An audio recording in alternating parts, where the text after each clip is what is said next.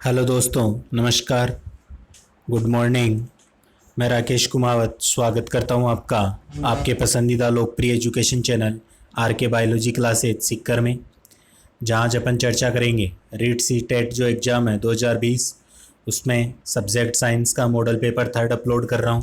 इसमें mostly 30 question जो अपने आएंगे उन्हें मैंने शामिल किया है और सारे क्वेश्चन इंपॉर्टेंट हैं।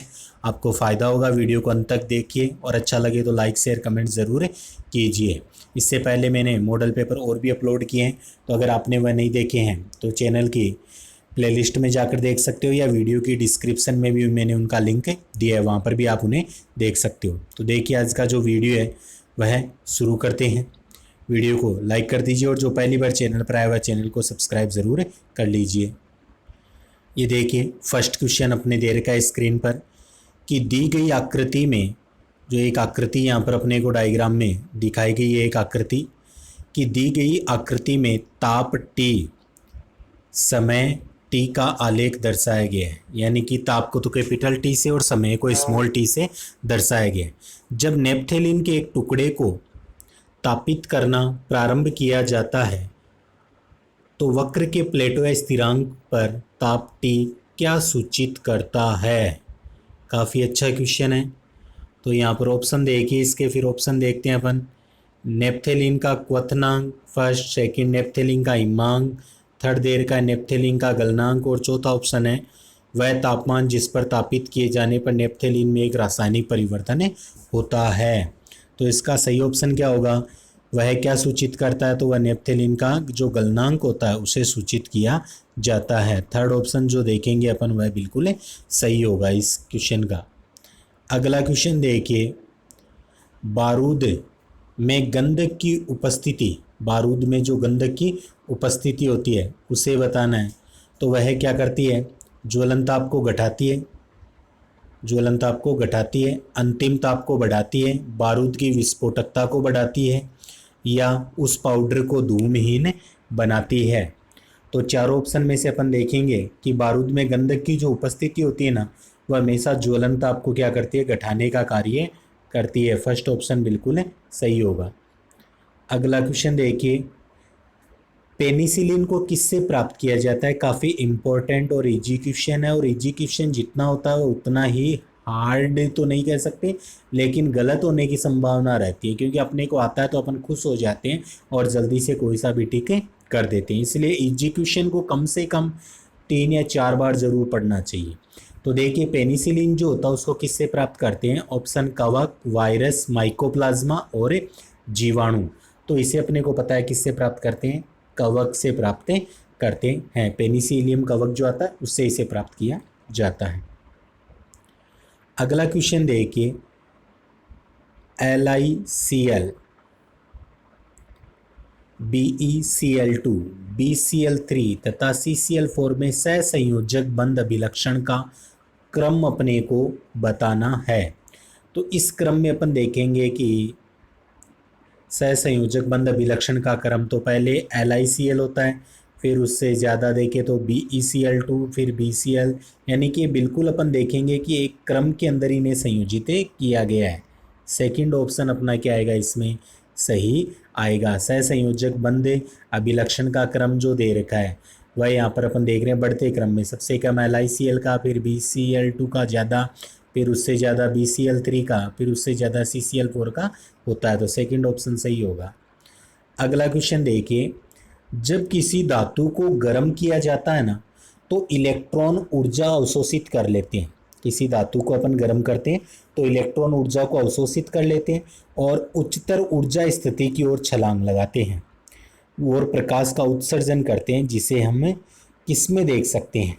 तो उस प्रकाश का जो उत्सर्जन करते हैं उसे हम किस में देखेंगे, ऑप्शन देखिए, रमन स्पेक्ट्रम, अवशोषण स्पेक्ट्रम, फ्लोरोसेंस और उत्सर्जन स्पेक्ट्रम। तो उस प्रकाश को अपन किस में देखेंगे, उत्सर्जन स्पेक्ट्रम में देखेंगे। थर्ड जो ऑप्शन होगा वह बिल्कुल सही होगा। अगला क्वेश्चन देखिए, यदि एक आकाश से छलांग लगाने वाला व्यक्ति बिना खुले पैराशूट के साथ आकाश से धरती की ओर छलांग लगाता है तो उसका अनुमानित टर्मिनल वेग क्या होगा। काफ़ी इम्पोर्टेंट क्वेश्चन है। यदि एक आकाश से छलांग लगाने वाला व्यक्ति है, वह बिना खुले पैराशूट के साथ आकाश से धरती की ओर छलांग लगा रहा, तो अनुमानित टर्मिनल वेग का मान कितना होगा। तो यह वेग का मान जो होता है वह फिक्स होता है और वह कितना होगा, 240 किलोमीटर प्रति घंटा होता है। चौथा ऑप्शन जो होगा वह करेक्ट होगा। अगला क्वेश्चन, निम्न में से कौन सा लेजर का उपयोग होता है। कैंसर उपचार, मोतियाबिंद रोग, पथरी रोग या उपर्युक्त सभी में। तो अपन मानते हैं लेजर किरणों का जो उपयोग होता है कैंसर उपचार में भी होता है, मोतियाबिंद ऑपरेशन में भी होता है और पथरी के रूप में भी किया जाता है रोग निवारण में, यानी उपरोक्त सभी। चौथा ऑप्शन बिल्कुल करेक्ट होगा। अगला क्वेश्चन देखिए, एंडोस्कोपी तथा लेप्रोस्कोपी का संबंध किससे होता है। एंडोस्कोपी तथा लेप्रोस्कोपी का संबंध किससे होता है।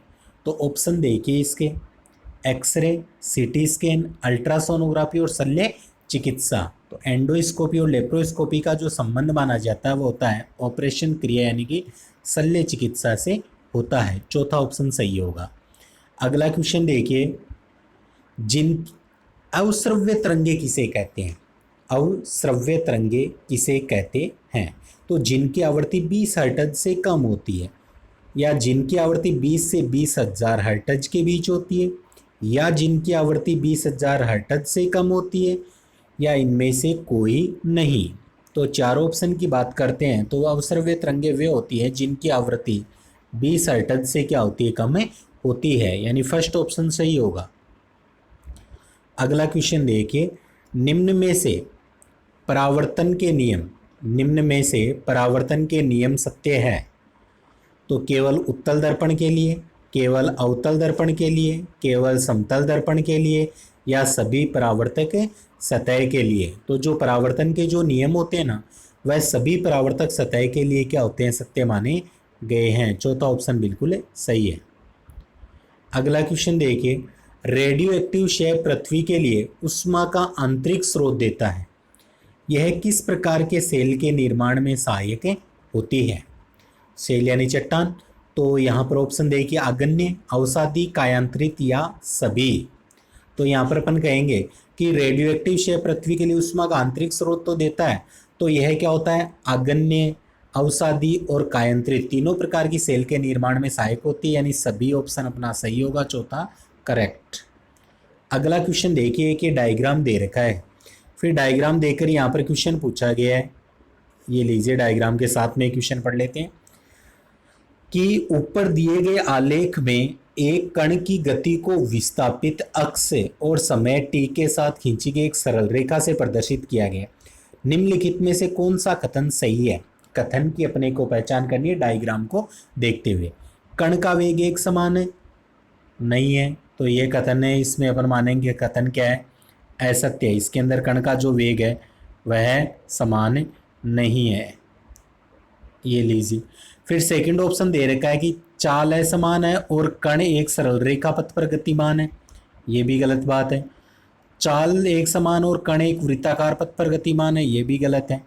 कण का वेग असमान है, ये बिल्कुल सही है। चौथा ऑप्शन जो है ना, कण का वेग क्या है, यहाँ पर असमान है। तो चौथा ऑप्शन जो होगा वह बिल्कुल यहाँ पर अपन देखेंगे कि इसका सही।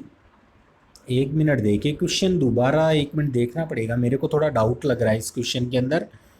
क्वेश्चन है ये, अक्सर टी तो कण की गति को विस्थापन और समय के साथ खींची गई एक सरल रेखा द्वारा दर्शा रहे हैं।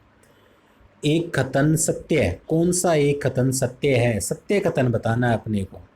अच्छा, तो सत्य तो कण का वेग एक समान चल रहा है, इसीलिए सरल रेखा प्राप्त हो रही है, यानी जो फर्स्ट है वही इसका सही हो जाएगा। फर्स्ट ऑप्शन सही होगा। आगे देखिए फिर अगला क्वेश्चन 133 नंबर का जो क्वेश्चन है, फोटोफॉस्फोरिलेशन के दौरान कौन सी क्रिया होती है। एडीपी से एटीपी का संश्लेषण, एटीपी से एडीपी संश्लेषण, या एनएडीपी से एनएडीपीएच2 संश्लेषण, और एनएडीपीएच2 से एनएडीपी का संश्लेषण। तो फोटोफॉस्फोरिलेशन की जो क्रिया होती है ना, उस समय अपन मानेंगे कि जो रिएक्शंस होती है वह कौन सी होती है, एडीपी से एटीपी का निर्माण। एडीपी यानी adenosine diphosphate convert to ATP यानी कि एडिनोसिन ट्राइफॉस्फेट का संश्लेषण होता है। अगला क्वेश्चन देखिए 134, यानी वैसे 14 नंबर का क्वेश्चन है। खमीर एक उदाहरण है किसका है? जीवाणु, कवक, विषाणु और शैवाल। तो खमीर को किसका उदाहरण माना गया है?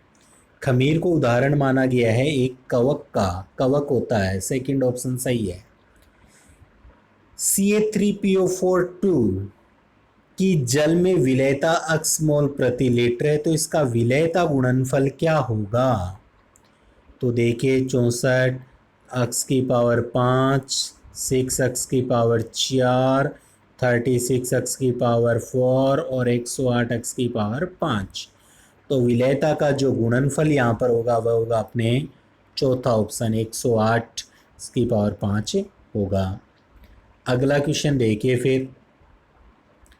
प्रकाश संश्लेषण में सीमाकारी कारक के रूप में प्रयुक्त होने वाला पदार्थ कौन सा होता है?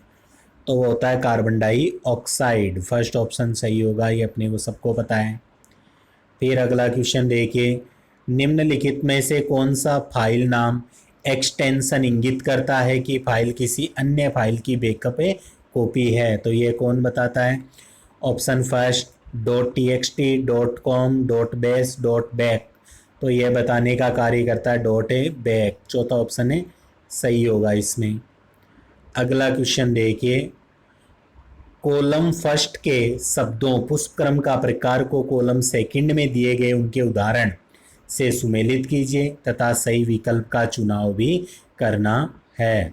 तो देखिए कॉलम यहाँ पर पहले तो अपने को कॉलम देख लेते हैं साथ में।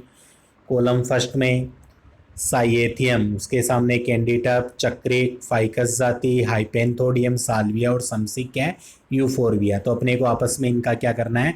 मिलान करना है। मिलान अपन इसी प्रकार से करेंगे इसका, जैसे साइएथियम क्या है? यूफोरबिया है। साइएथियम क्या है? यूफोरबिया। फिर चक्रिक, चक्रिक जो होते हैं वह क्या है? साल्विया। फिर हाइपेंथोडिया, हाइपेंथोडियम जो है वह कैंडिडप्ट अपन मानेंगे। और जो समसिक है वह क्या है? वह फाइकस जाति जो होती है वह समसिक होती है। तो इस आधार पर तो अपन देखेंगे जो अपना थर्ड ऑप्शन है ना वह यहाँ पर सही होगा। अगला क्वेश्चन देखिए। निम्नलिखित प्रश्नों में कथन के वक्तव्य के पश्चात कारण का वक्तव्य। तो प्रश्न को ध्यान से पढ़े और नीचे दिए गए विकल्प को उत्तर चुनना है अपने को। तो कथन क्या है कि उत्प्रेरक परिवर्तक युक्त मोटर वाहनों में शीशा रहित पेट्रोल का उपयोग देता है। उत्प्रेरक जो होता है परिवर्तक वह मोटर वाहनों में शीशा रहित पेट्रोल का उपयोग देता है। कारण शीशा युक्त पेट्रोल उत्प्रेरक को क्या करता है? सक्रिय करने का कार्य करता है। कारण यहाँ पर क्या बताया कि जो शीशा रहित जो पेट्रोल होता है ना वह उत्प्रेरक को सक्रिय करता है। तो यहाँ पर अपन देखेंगे कि जो कथन है ना वो तो सही है, लेकिन इसका कारण जो दे रखा है ना वो सही नहीं लग रहा है। इसलिए जो थर्ड ऑप्शन है ना प्राकथन सही है परंतु कारण गलत है, वह इसमें क्या होगा? सही होगा, थर्ड ऑप्शन। अगला क्वेश्चन देखिए अपने 20 नंबर का क्वेश्चन है, वैसे 140 है क्योंकि पेपर से लिए गए हैं। एक पादप जिसका जीन प्रारूप अपन मान रहे हैं कि 2 कैपिटल है, फिर कैपिटल बी, स्मॉल बी, दोनों कैपिटल सी है, में स्वपरागण होने पर इनमें अपन मान रहे हैं कि क्या हो रहा है? स्वपरागण की क्रिया हो रही है। तो F2PD का लक्षण प्रारूप कितना होगा? F2PD का लक्षण प्रारूप पूछा है तो अपने को पता है वह कितना होगा? लक्षण प्रारूप होगा 3:1 होता है। क्योंकि यहाँ पर अपन देखेंगे कि यह क्या है? एक प्रकार का एकल संकरण प्रयोग है। ये क्या है? एकल संकरण प्रयोग है जिसमें आपको याद आ रहा होगा कि जीन प्रारूप 1:2:1 होता है, तो उसका लक्षण प्रारूप कितना होता है? 3:1 होता है। फिर अगला क्वेश्चन देखिए अपने। विद्यालय की 4 दीवारी से बाहर शैक्षिक उद्देश्यों को प्राप्त करने व छात्रों को वास्तविक परिस्थितियों से प्रत्यक्ष रूप से परिचित करवाने की दृष्टि से किया जाने वाला भ्रमण ही शैक्षिक भ्रमण या क्षेत्र पर्यटन है। यह परिभाषा किसके द्वारा दी गई थी? तो ऑप्शन डॉक्टर संतोष मित्तल, डॉक्टर कमला भटनागर, प्रोफेसर देवेंद्र खटाना और मुफात महोदय। तो यह जो डेफिनेशन दी गई थी यह थी डॉक्टर संतोष मित्तल के द्वारा। फर्स्ट ऑप्शन सही होगा। अगला क्वेश्चन देखिए। सामान्य विज्ञान में निदानात्मक शिक्षण द्वारा क्या ज्ञात करते हैं? ऑप्शन फर्स्ट, बालक के कमजोर पक्ष को, सेकंड, बालक के प्रबल क्षेत्र को, थर्ड, कक्षा के प्रतिभाशाली बालक को, या चौथा ऑप्शन, बालक के मित्र समूह को। तो सामान्य विज्ञान में निदानात्मक शिक्षण द्वारा क्या ज्ञात किया जाता है? वहाँ ज्ञात करते हैं बालक के कमजोर पक्ष को ज्ञात करते हैं। फर्स्ट ऑप्शन सही होगा। अगला क्वेश्चन देखिए 143। मौलिक रूप से शिक्षण मशीन का सर्वप्रथम प्रयोग किसने किया था? Option first, Sidney L Pressey, Thorndike, बोवर्न और स्किनर। तो मौलिक रूप से शिक्षण मशीन का सर्वप्रथम जो प्रयोग किया था वह वैज्ञानिक कौन थे? Sidney L Pressey. First option सही होगा। अगला क्वेश्चन, सीखने का उद्देश्य अपेक्षित परिवर्तन का वर्णन है। सीखने का जो उद्देश्य है अपेक्षित परिवर्तन का वर्णन है, यह कथन किसने दिया था? तो आर.के. डेविस, एन.सी.ई.आर.टी, यूनेस्को और अब्दुल कलाम आज़ाद। तो यह कथन किसके द्वारा दिया गया था? आर.के. डेविस के द्वारा दिया गया था। फर्स्ट ऑप्शन सही होगा। फिर अगला क्वेश्चन देखिए, निम्न में से वैज्ञानिक विधि का पद नहीं है। तो कौन सा नहीं है वैज्ञानिक विधि का पद? आंकड़ों का एकत्रीकरण वैज्ञानिक विधि है, समस्याओं का अनुभव परिभाषीकरण वैज्ञानिक विधि है, परिकल्पनाओं का परीक्षण वैज्ञानिक विधि है। जो व्याख्यान पद है वह अपन मानेंगे वैज्ञानिक विधि का पद नहीं है। तो चौथा ऑप्शन सही होगा। अगला क्वेश्चन देखिए 146। विज्ञान के स्वरूप का आधारभूत सिद्धांत क्या है? वैज्ञानिक दृष्टिकोण या अभिवृत्ति, अन्वेषण की वैज्ञानिक विधि, संचय व सुव्यवस्थित ज्ञान के अंश, या उपयुक्त सभी। तो इसमें सही क्या होगा? उपयुक्त सभी। चौथा जो ऑप्शन है वह बिल्कुल यहाँ पर करेक्ट होगा। यानी वैज्ञानिक दृष्टिकोण भी सही है, जो विज्ञान के स्वरूप का आधारभूत सिद्धांत, अन्वेषण की वैज्ञानिक विधि भी है और संचय और सुव्यवस्थित ज्ञान के अंश भी है। तो चौथा ऑप्शन सभी सही होंगे। अगला क्वेश्चन, विद्यार्थी ज्ञान और संकल्पनाओं का उपयोग नवीन या नई समस्याओं को हल करने में करता है। यह किस व्यवहारगत उद्देश्य का उदाहरण है? ज्ञान, अवबोध, कौशल और अभिवृत्तात्मक। तो यह किससे संबंधित है? ज्ञान से संबंधित है। फर्स्ट ऑप्शन सही है। अगला क्वेश्चन देखिए 148। स्व अनुदेशन दृष्टिकोण आधारित होता है। तो ऑप्शन, प्रयोगशाला परीक्षण पर, आध्यात्मिकता पर, सांस्कृतिक उद्देश्य पर और परंपराओं पर। तो स्व अनुदेशन जो दृष्टिकोण होता है वह किस पर आधारित माना गया है? वह प्रयोगशाला परीक्षण पर आधारित होता है। फर्स्ट ऑप्शन सही होगा। अगला क्वेश्चन देखिए 149। प्राथमिक स्तर पर सामान्य विज्ञान शिक्षण के उद्देश्य निर्धारण का आधार क्या होना चाहिए? ऑप्शन फर्स्ट, छात्र की आवश्यकता, सेकंड, अध्यापक की योग्यता, थर्ड ऑप्शन, अध्यापक की आवश्यकता और चौथा ऑप्शन, संसाधनों की स्थिति। तो सही ऑप्शन क्या होगा? छात्र की आवश्यकता। फर्स्ट ऑप्शन सही होगा। यानी प्राथमिक स्तर पर सामान्य विज्ञान शिक्षण के उद्देश्य का निर्धारण अगर कर रहे हैं तो उसका मुख्य आधार छात्र को किस चीज़ की आवश्यकता है, तो उसकी आवश्यकताओं को ध्यान में रखते हुए किया जाता है। फर्स्ट ऑप्शन सही होगा। और आज के वीडियो का अंतिम क्वेश्चन देखिए, वैज्ञानिक सामग्री के परीक्षण से बालक में किस उद्देश्य का विकास होता है? काफ़ी इंपॉर्टेंट क्वेश्चन है। ऑप्शन फर्स्ट, अवबोध, सेकंड, स्मृति, थर्ड, अभिवृत्ति और फोर्थ दे रखा है कौशल। तो इससे अपन मानेंगे किसका विकास होता है? उससे होगा कौशल का। यानी कि 4 ऑप्शन जो होगा वह बिल्कुल करेक्ट होगा। तो दोस्तों ये थे अपने 30 इंपॉर्टेंट क्वेश्चनों का बनाया हुआ एक मॉडल पेपर जो रेट सीटेट साइंस एग्जाम की दृष्टि से काफ़ी इंपॉर्टेंट है। आशा करता हूँ आपको वीडियो अच्छा लगा होगा।